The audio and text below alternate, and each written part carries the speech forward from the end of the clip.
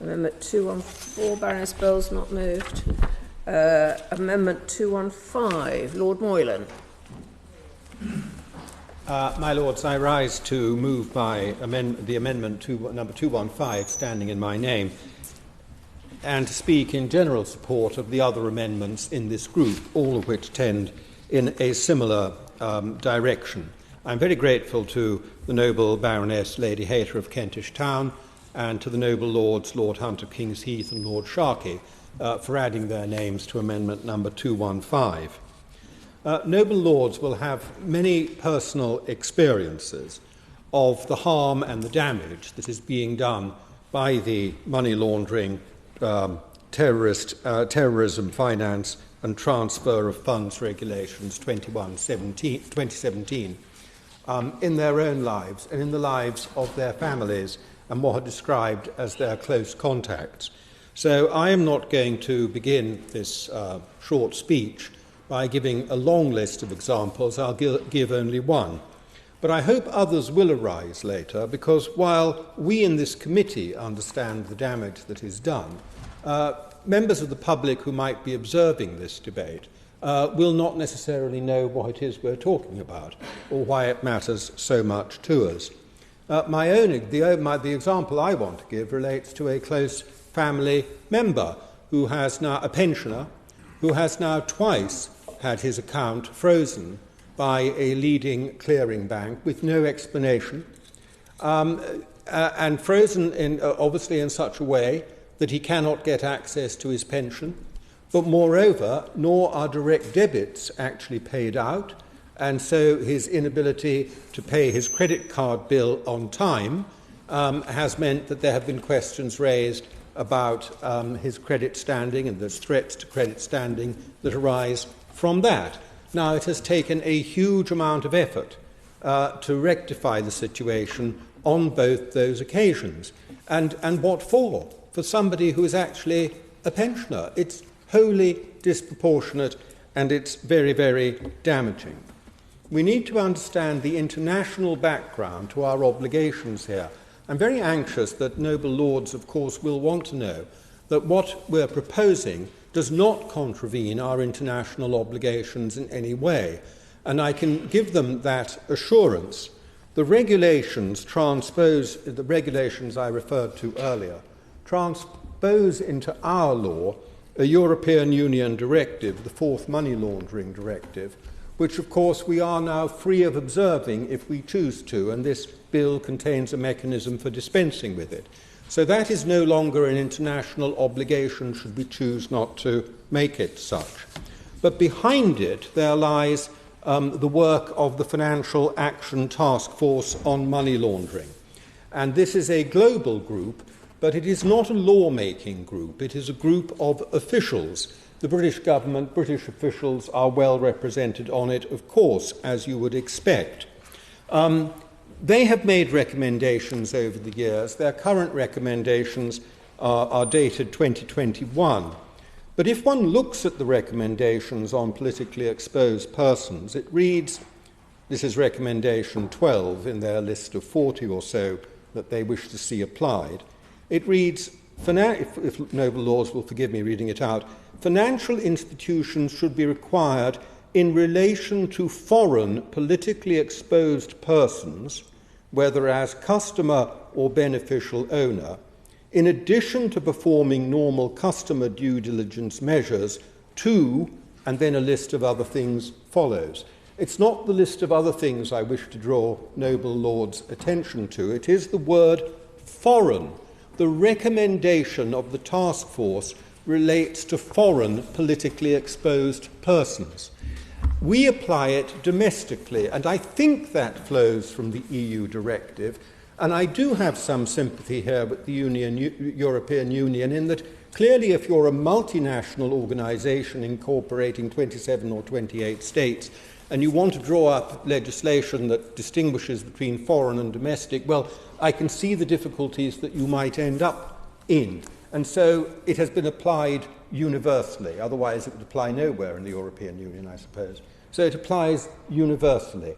That domestic application is not required of us, and in fact, following adopting the course recommended in my amendment and the amendment in the amendment in the name of Baroness Noakes would actually bring us into closer compliance with our international obligations rather than take us further away. How do we capture in our legislation the distinction that the Financial Action Task Force makes between foreign and domestic? Who is foreign and who is domestic? I don't propose to dwell at this at length, but the options seem to be to base the distinction on residence. Are they resident in the UK or resident elsewhere? On nationality, do they hold a British passport or do they not? Or on what I have put into Amendment 215, which is the question, are they ordinarily resident for tax purposes in the United Kingdom? Now, I happen to think that is a helpful suggestion because those who are resident for tax purposes are required by law to make an honest declaration of their tax income to the authorities and therefore benefit to some extent from scrutiny, whereas those who are merely resident here might be here for a relatively short time. If they're British passport holders, they might be living anywhere in the world, and they would benefit from the exemption as far as British banks were concerned. But there are different ways of doing this, and, for example, there is the method proposed by my noble friend Baroness Noakes. I don't think we need to get too hung up on the particular method today, but there must be a way of satisfactorily making the distinction in our law between domestic and foreign, which exists in the recommendations of the Financial Action Task Force. Otherwise, it is meaningless. I want to deal with a number of objections that might possibly be thrown up that have been suggested to me or hinted at to me, not, I might say, by my noble friend the Minister, but simply in general discussion of this topic with other noble lords. For example, it's been put to me that the police and the security services do find it useful to have this level of scrutiny available being carried out on their behalf by the banks in respect of money laundering. And indeed, as far as the regulations as a whole are concerned, I can understand that. I can also understand, although I have no experience myself in investigating crime, why the security services or the police might want to have a special law that targets a special group of people to catch them out in money laundering and financing terrorism. But I'd only say to them with all due humility that if I was drawing up such a list, it wouldn't be the list in Section 14 of the regulations, which consists of heads of state, members of Parliament, members of the governing bodies of political parties, members of Supreme Courts, members of the courts of the boards of central banks, ambassadors, chargés d'affaires, and high-ranking officers. These are all, in relation to my amendment, these would all be British people, and directors of international organisations. I would have a list that might consist of, I don't know, used car salespeople and brothel keepers, people who have large amounts of cash regularly, but it wouldn't be this list. So I would say to them that it might be useful, but I would suspect very much at the margins. And if I'm to be corrected on that, probably my noble friend will be able to give me the list of ambassadors, chargés d'affaires, members of the boards of central banks, and so forth, who have been arrested and convicted for British ones, for money laundering and terrorism finance since the regulations have been in operation.